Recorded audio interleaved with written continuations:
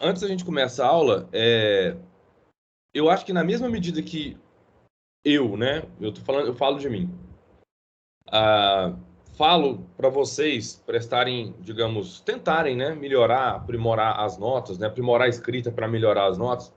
Eu tenho que dar, na verdade, parabéns a alguns de vocês, né, que tiveram, fizeram textos que me deixaram assim muito feliz, né? Porque de algum modo isso deixa claro para mim que eu ensinei a proposta ou expus a proposta do texto de forma clara, né?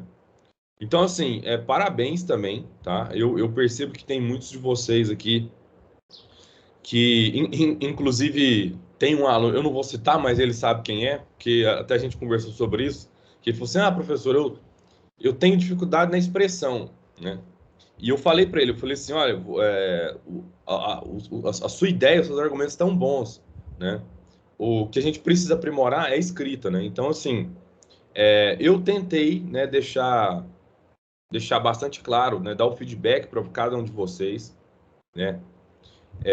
Inclusive parabenizar, acho que nos pontos fortes e tentar ajudar vocês nos pontos negativos, tá?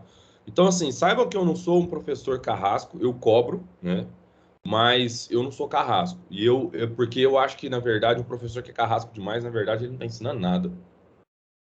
Então, assim, saibam que, né, tipo, no que vocês precisarem, se vocês quiserem aprimorar, eu tô aqui para isso, tá certo? Então, vamos lá. O objetivo dessas aulas é a gente tentar entender alguns aspectos, tratar desses aspectos da filosofia socrática, buscando a distinção das formas de conhecimento pelo filósofo grego, né? Antes de mais nada, eu acho interessante a gente falar um pouco sobre a questão dessa imagem. Essa imagem é uma imagem bastante curiosa, porque ela é uma pintura do Rafael Sanzio, 1519, eu acho, se eu não me engano, né? É um pintor renascentista italiano. Antes de mais nada, alguém já viu essa imagem alguma outra vez? Alguém conhece essa imagem que eu estou mostrando? Ou não? Eu já vi ela nas aulas de artes. O que que ela fala, minha querida Maria Isabelle de Jesus? Ai, peraí, professor. Assim. Aparentemente é um templo. As pessoas estão reunidas. Ai, parece que tem alguém jogando aqui embaixo, algum jogo de tabuleiro, não tenho certeza. Aqui? Nesse cantinho aí de baixo. Você sabe quem é esse carinha aqui? Qual? Esse carinha aqui, ó. Não, não sei não. Lembra daquele filósofo do semestre passado, o Heráclito? É ele. Esse E os, ser. Pode falar, Isabelle. e os outros são o quê? Amigos? Pessoas Não. conhecidas? São, Porque, são, tipo, todo mundo junto. são pessoas conhecidas. E esse aqui é o Sócrates, quem a gente vai estudar. Tá vendo? Esse aqui dizem que é o Parmênides, né? E aqui ao centro da imagem, reparem uma coisa, né? Eles ocupam o centro. É o Platão e aqui o Aristóteles, né? Então, esse quadro, Isabelle, ele se chama Escola de Atenas. Ele foi pintado pelo pintor renascentista italiano chamado Rafael Sanzio. E da mesma forma que muitos quadros ou a arte renascentista, ela traz primeiro, né, os temas, os assuntos, um resgate da cultura clássica, da cultura grego-latina, né? Então aqui nós vemos os filósofos, né? Filósofos, pensadores da Grécia Antiga. Segundo, na questão da representação pictórica, ou seja, do como o quadro representa isso, né? A gente tem uma técnica denominada perspectiva, que é uma técnica que ela busca, no caso, representar num espaço bidimensional a tridimensionalidade do espaço real. Então, a gente está falando aqui de um espaço tridimensional que ele está sendo representado por regras matemáticas, tá? Na superfície do quadro. Então, se a gente for reparar que a partir desses pontos centrais, vão se formando pontos mais longínquos ou mais próximos.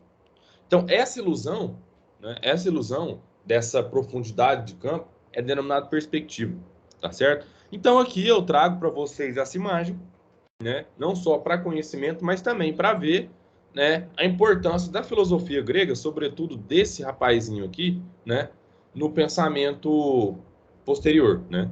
Então, vamos lá, a filosofia do Sócrates. Sócrates, ele nasce em Atenas mais ou menos de 470 e morre em 399. E ele é, como é que fala? Ele é condenado à morte, tá? Ele foi um filósofo ateniense, né? E ele é acreditado como um dos fundadores da chamada filosofia ocidental, né? Até hoje ele é uma figura muito enigmática, porque durante um tempo em alguns, sei lá, acho que na história da filosofia, né? Algumas pessoas tentaram estabelecer que na verdade o Sócrates ele foi um mero personagem dos diálogos do Platão. Mas hoje a gente sabe, né, que existem diversos relatos sobre a figura do Sócrates, né? Seja o Platão, Xenofonte, Aristófanes, né? Mas só que são os diálogos platônicos aonde ele tem mais conhecimento, né? Então, falar do Sócrates não é falar do Sócrates do Corinthians, tá? Eu sei, uma piadinha muito ruim, gente. Mas quem é corintiano deve estar morrendo de rir dessa piada. Então, eu não sei, se eu não me engano, tem uma aluna nessa sala que ela chama Ana Júlia Taide, que ela é corintiana roxa. Não é isso, Ana Júlia? Eu acho que você não é corintiana? Então você sabe muito bem quem foi o Sócrates. Então, pessoal, a filosofia do Sócrates, ela antes de mais nada, ela permite com que a gente tenha uma postura diferente sobre na nossa realidade, tá? Então, assim, basicamente, ó, imaginemos agora alguém que tomasse uma decisão muito esquisita, muito estranha, e começasse a fazer perguntas inesperadas. Então, ao invés de perguntar que horas são, né, que dia é hoje, essa pessoa começasse a perguntar o que é o tempo. Que dissesse, ao invés de estar sonhando ou ficou maluca, quisesse saber o que é o sonho, o que é loucura, o que é a razão. Né? Então, questionasse ainda mais, questionasse o que é verdade, o que é falso, o que é o erro. Né? Então, quando a pessoa toma essa postura, né? Ela, de alguma forma, está tomando uma decisão de se afastar da vida cotidiana. Ou afastar daquilo que é dito para ela como sendo verdadeiro. Tá? Então, basicamente, a filosofia do Sócrates nos ensina, antes de mais nada, sobre uma postura ou atitude filosófica perante a realidade. Então, tomando a distância de questionar aquilo que se conhece, questionar aquilo que é tomado como verdadeiro, né? A pessoa passa a interrogar a si mesma, desejando entender ou conhecer por que acreditamos no que acreditamos, por que sentimos o que sentimos, e o que são essas crenças e os nossos sentimentos. Né? Essa pessoa, então, ela começa a tomar uma chamada atitude filosófica.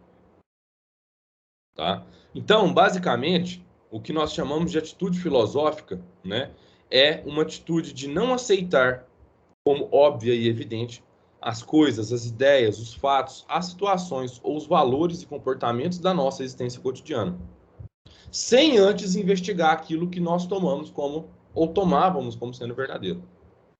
Dito de outra forma, a filosofia do Sócrates é uma filosofia que, antes de mais nada, ela busca se distanciar do chamado senso comum. O senso comum pode ser tido como a somatória das crenças, dos valores, das atitudes, de tudo aquilo que, de alguma forma, colocam para você como sendo verdadeiro.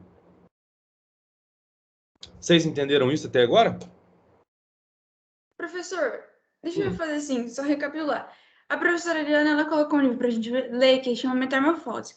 Então, quando você quis dizer, tipo, verdadeiro, pode se traduzir para fato, uma coisa que realmente aconteceu com a gente e não que tomemos como verdade, mas sim que uma garrafa é uma garrafa, ou assim, nós seres humanos vivemos, sabe?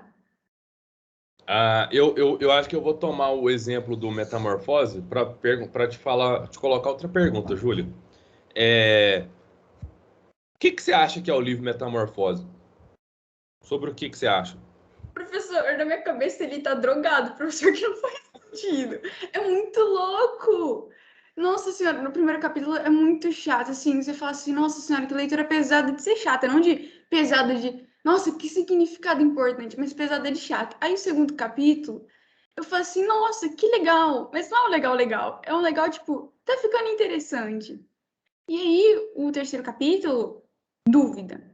Sim, aí eu fico boiando, tá ligado? Que nem tudo, por causa que ou é assim, ou é tudo certeza, ou não é certeza. Aí se não é certeza, fica no meio. Aí se fica no meio, eu tô quase pra pular da ponte, tá ligado? Ô, Júlia, o Kafka, ele é um dos maiores escritores da literatura porque ele brinca a todo momento com a sua certeza. Ele brinca com a ideia de que você, no momento em que você acha que tem certeza de alguma coisa, você já passa, né, no momento, no outro momento, você já tem a dúvida que paira sobre a sua cabeça. A primeira vez que eu li o Kafka, eu tava por incrível que pareça, eu ainda não li a Metamorfose. Eu preciso ler esse livro. É um conjunto de livros de literatura, dos clássicos da literatura que eu preciso ler. E eu acho que vocês estão muito mais na minha frente já tendo lido a Metamorfose. Só que eu li um conto do Kafka uma vez, chama, não sei se era, não me lembro, era o Processo, não sei, que é a história, é um conto, né? É a história de um cara que ele chega numa porta. Uma porta e tem um cara de fora. E ele quer saber o que tem depois. Né? E a narrativa, ela gira em torno, o tempo todo, do cara perguntando pro outro o que tem do outro lado da porta. E o cara dizendo assim, olha, para você saber, você tem que passar. Mas se você passa, no caso, você precisa entender como fazer como você vai passar por esse processo até chegar do lado de lá. Mas se você tentar arrombar a porta, eu vou usar da força. E é uma coisa tão, aquilo vai te deixando tão angustiado, né? Porque o cara, ele não, ele a todo momento que ele acha que ele tá para passar, ele não passa, né? Então, o Kafka é um escritor curioso que ele a todo momento ele tá jogando com a sua certeza, com essa, digamos, com a certeza que você tem de achar, por exemplo, nossa, mas será que eu tô viajando mesmo que o cara se transformou numa barata ou não, né? Será que ele acordou assim mesmo ou será coisa da cabeça dele, né? E ele vai esmiuçando essas certezas. Então, basicamente, Júlia, o que eu posso te dizer é que a filosofia socrática ela nos ensina a jogar com essas incertezas perante a nossa vida. Então, naquele momento em que você acha que está certo de alguma coisa, você está errado. A gente vai ver nas próximas aulas uma das frases, né, que digamos, que é muito comum dele, né, que ele falava de forma bastante comum, que é só sei que nada sei, né? Então, Sócrates, ele acreditava que o primeiro passo para fazer filosofia é você entender que você é ignorante e não sabe nada. Tá certo? Então, uma vez que você não sabe nada, você está apto a aprender alguma coisa. Então, é nesse ato, né, de você dizer não àquela certeza colocada, que aparece a primeira característica da filosofia. E prestem bastante atenção nisso.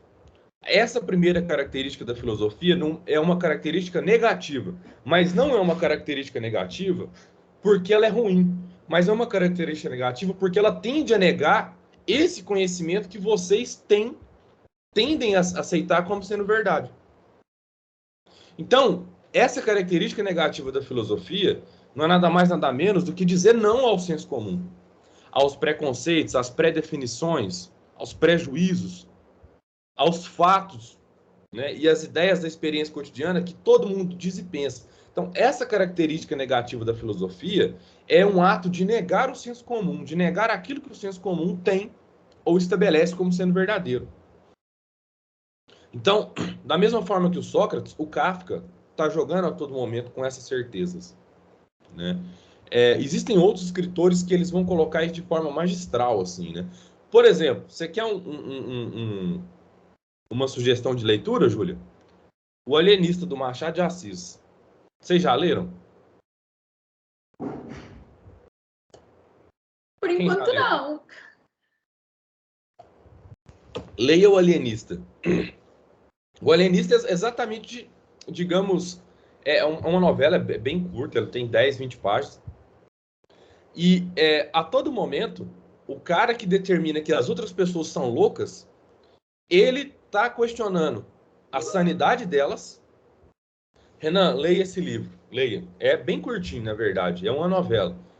E o ato final é o mais curioso, né? Porque ele, de tanto questionar que as outras pessoas são loucas, ele passa a questionar se ele não está sendo louco.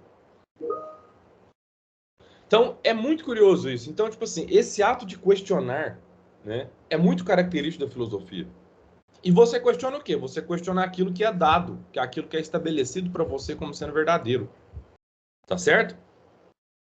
A outra característica, se de um lado nós temos uma característica negativa, uma característica que nega a realidade vivida, nós temos uma característica positiva. No momento, então, que nós questionamos, nós passamos a criar interrogações, nós passamos a não aceitar aquilo que é pré-determinado. E no momento em que a gente cria essas interrogações sobre as coisas, sobre as ideias, sobre a realidade, o que acontece? Nós passamos a construir nós mesmos o nosso conhecimento da realidade. É por isso que é uma característica positiva. Se de um lado você nega, de outro você cria. Cria o quê? Cria os conhecimentos. Cria novas ideias, cria novos conceitos, cria novas percepções sobre a realidade, tá? Então, a filosofia ela começa por dizer não a essas crenças, a esses preconceitos do senso comum, né? E é por isso que a primeira frase que a gente aprende sobre a filosofia socrática é essa: só sei que nada sei. Porque é a partir desse momento, né, que você está apto a aprender alguma coisa sobre a realidade. Então, o que o Sócrates nos ensina é que a gente tem que se colocar como ignorantes e não termos, digamos, não termos certeza sobre aquilo que aprendemos na nossa realidade.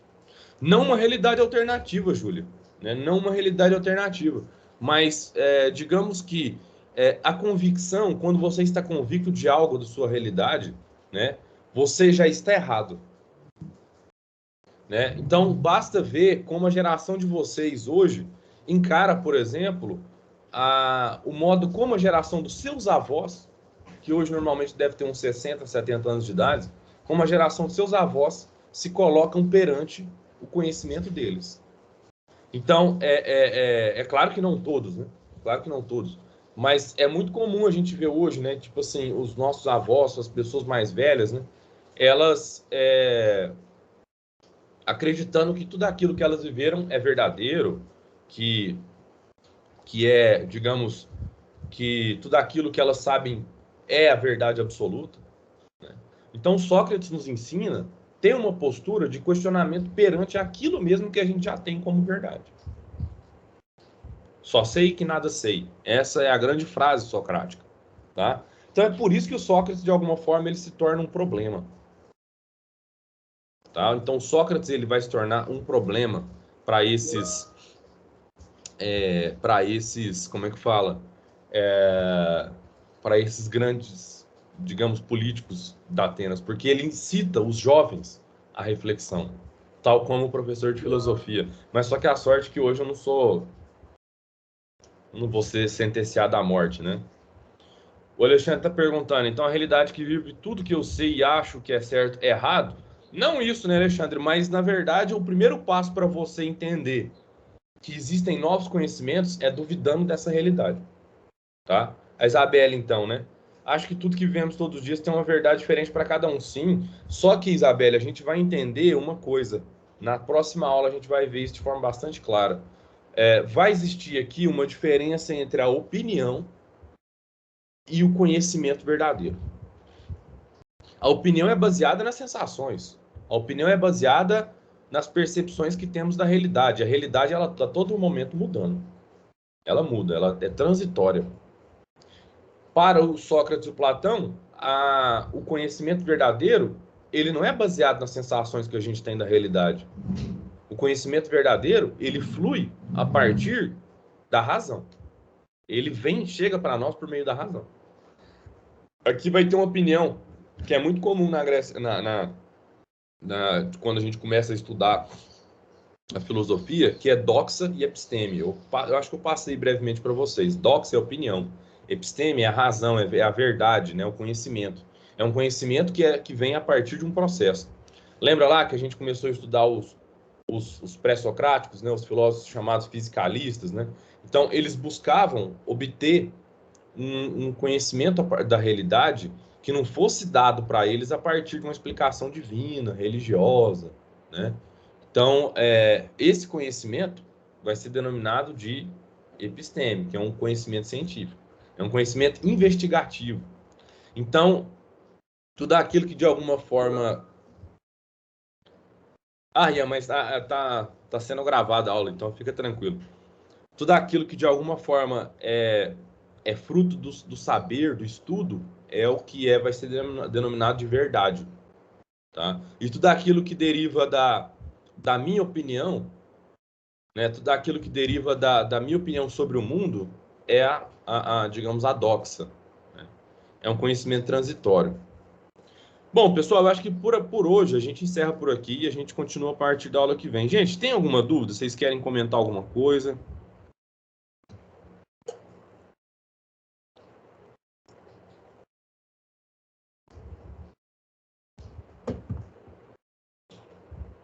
Tem alguma pergunta? Algum comentário?